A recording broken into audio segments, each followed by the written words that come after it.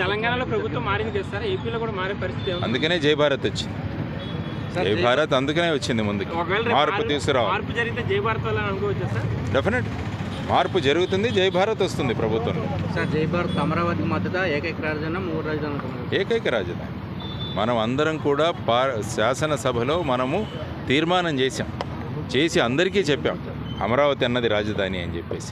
మేమేం చెప్తున్నామంటే జై భారత్ నేషనల్ పార్టీ విశాఖపట్నంలోనూ కర్నూలులోనూ ఒక్కొక్క హైకోర్టు బెంచ్ ఏర్పాటు చేయాలని మేము చెప్తున్నాం. అంటే ఇక్కడ ఉన్నవాళ్ళు ఇక్కడ హైకోర్టుకు వెళతారు, అక్కడ ఉన్నవాళ్ళు అక్కడ హైకోర్టుకు వెళతారు, అమరావతి పరిసర ప్రాంతాల్లో ఉన్నవాళ్ళు అక్కడికి వెళ్తారు. ఎప్పుడు కూడా ప్రభుత్వం కానీ ఎలా ఉండాలంటే ప్రజలకు ఏ విధంగా సులభతరంగా ఉంటుంది అన్న వ్యవస్థ, ఆ వ్యవస్థ కోసం వెళ్ళాలి. లేకుంటే ఇప్పుడు రాజధాని ఇక్కడికి పెట్టేస్తే చిత్తూరులో ఉన్నవాళ్ళు ఇక్కడికి రావాలి, కర్నూలులో వెళ్ళేసి హైకోర్టు పెడితే ఇక్కడ ఉన్నవాళ్ళు అక్కడికి వెళ్ళాలి. తర్వాత మేమేమంటున్నామంటే ప్రతి సంవత్సరం కర్నూలులో లేదా విశాఖపట్నంలో ఒక అసెంబ్లీ సెషన్ జరగాలి అంటాం. అంటే మొత్తం మంత్రులు శాసనసభ్యులంతా ఇక్కడికి వస్తారు, ఒక సెషన్ ఇక్కడ జరపాలి. అందువల్ల ఇక్కడి సమస్యలు ఏంటన్నది వాళ్ళకి తెలుస్తుంది. తర్వాత 200 రోజులు శాసనసభ సమావేశాలు జరగాలని చెప్తున్నాం. ఎమ్మెల్యేలకు ప్రశిక్షణ ఉండాలి అంటున్నాం. ఇప్పుడు ఏమైపోతుంది, ఎలక్ట్ అవుతున్నారు, శాసనసభకు వస్తున్నారు, పద్ధతులు తెలియవు, ప్రొసీజర్లు తెలియవు, బిల్లు ఎలా ప్రవేశపెట్టాలి, ఏం మాట్లాడాలి, ఈ సులభంగా ఉండేది బూతులు మాట్లాడాలి. సార్ మళ్ళీ జగన్మోహన్ రెడ్డి ప్రభుత్వం కానీ ఏర్పడితే దాని పరిణామాలు ప్రజలు నిర్ణయిస్తారు ఎవరు కావాలి అన్నది. అంటే ఒకవేళ మళ్ళీ ఆయన కానీ వస్తే చూడండి, మీకు తెలుసు కదా, ఆయన సిద్ధమని అంటున్నారు, ఆయన మళ్ళీ మేమే వచ్చేస్తామని అంటున్నారు.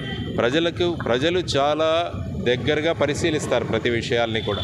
మనం ఏదో అనేసుకుంటాం కానీ ప్రజలు చాలా చక్కగా వాళ్ళని నింపుతారు. ఫర్ ఎగ్జాంపుల్ మీరు ఢిల్లీలో చూస్తే రాష్ట్ర ప్రభుత్వం కోసం వాళ్ళు ఆమ్ ఆద్మీ పార్టీని ఎన్నుకున్నారు, అదే పార్లమెంట్ వచ్చేసరికి భారతీయ జనతా పార్టీని ఎన్నుకున్నారు.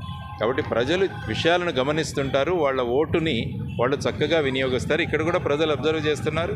కాబట్టి వాళ్ళ ఓటు హక్కును వినియోగించుకొని ఎవరైతే మీ పిల్లల భవిష్యత్తు కోసం పనిచేస్తారో వాళ్ళనే మీరు ఎన్నుకోండి అని వాళ్ళకి చెప్తున్నారు. రాష్ట్రంలో చాలా పొత్తులతో వెళ్తున్నారు చాలా పార్టీలు. సో కొత్తగా ఆవిర్భవించినట్టు జై భారత్ పార్టీ సింగిల్గా వెళ్తుందని చెప్తున్నారు. మీరు అనుకున్న ఆశయాలను సాధించే అవకాశం ఉంటుందంటారా ఈ తక్కువ కాలంలో? మేము పొత్తులు పెట్టుకొని ఎవరెవరో ఆశయాలు రాత్రికి రాత్రి సిద్ధాంతాలు మారిపోయే వాళ్ళతో పొత్తులు పెట్టుకుంటే అది కరెక్ట్ కాదు.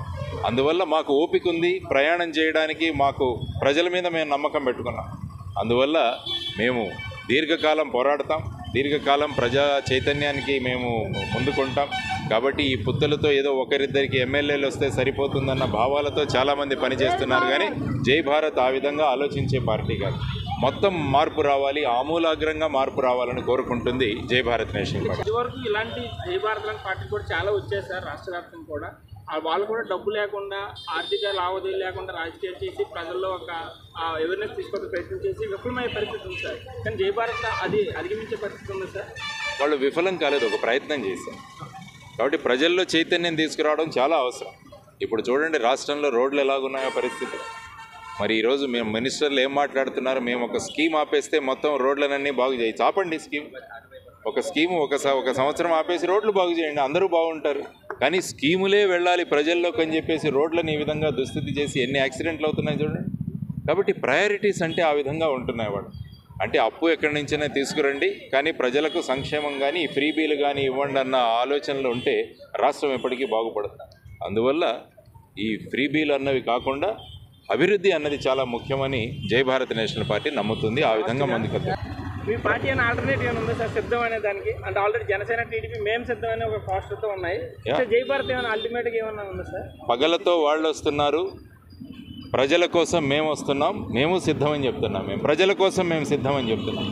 అందువల్ల ప్రత్యేక హోదా తీసుకురావడం అన్నది చాలా ముఖ్యం. ఈ 10 సంవత్సరాలు ఎందుకు రాలేకపోయారో ప్రత్యేక హోదా ఆలోచించండి. మన ఊర్లో ఇండస్ట్రీస్ రాలేదు, పరిశ్రమలు రాలేదు, విద్యార్థులంతా వలసలు వెళ్ళిపోతున్నారు.